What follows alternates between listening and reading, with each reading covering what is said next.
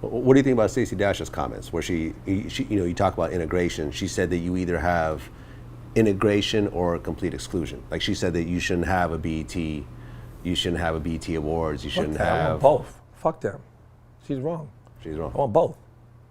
I want. The reason you need black shit because there's no white shit giving you a fair black chance as a black artist, and the reason you have integration because we're trying to move towards a future that's more reasonable. How you gonna not have a black shit? If you don't have a black thing, if I didn't have a black comedy night, there wouldn't be a Martin or Jamie or Cedric or Bernie or Chris Tucker or Steve Harvey or Dave Chappelle. And right now, without Def Comedy Jam, there ain't none of them. Pretty much. Kevin Hart was on Def Comedy Jam.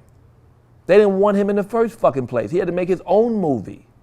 Hollywood didn't like Kevin Hart. Hollywood didn't give a fuck about JB Smoove. HBO took a chance on him and gave him the part that a lot of 40-year-old black men wanted. And he's fantastic. Curb Your Enthusiasm. Yeah. Hollywood didn't pick that nigga. They didn't pick none of them. They picked Keen and Peele. And again, I want to make this clear. I said this 10 times. I promise you, I don't care if you make it a headline. I like Keen and Peele. I think they're very funny. I love their trailer for the movie. I wonder if young white kids will go see it because ain't nobody black necessarily excited to see it. Although the trailer looks good, anybody should go see it. I'm gonna go see their movie.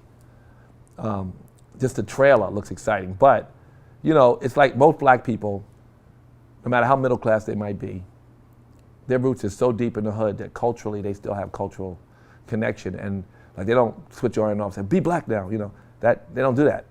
But that's okay, and there is a group of black people like that, but not many.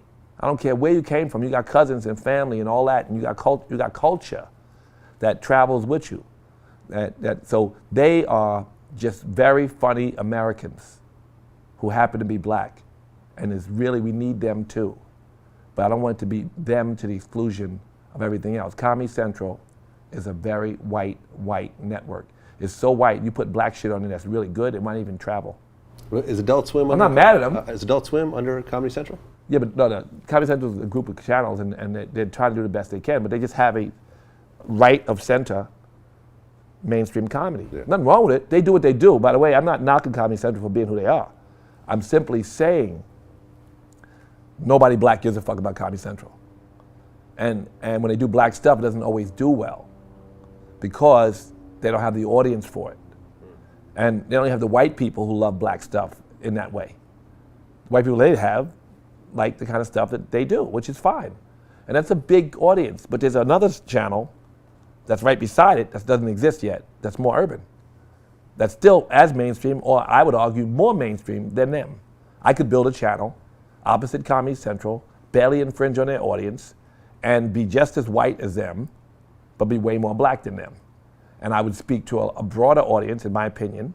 Just like ADD, I believe, is a giant urban vice, and it's bigger than Vice, done properly.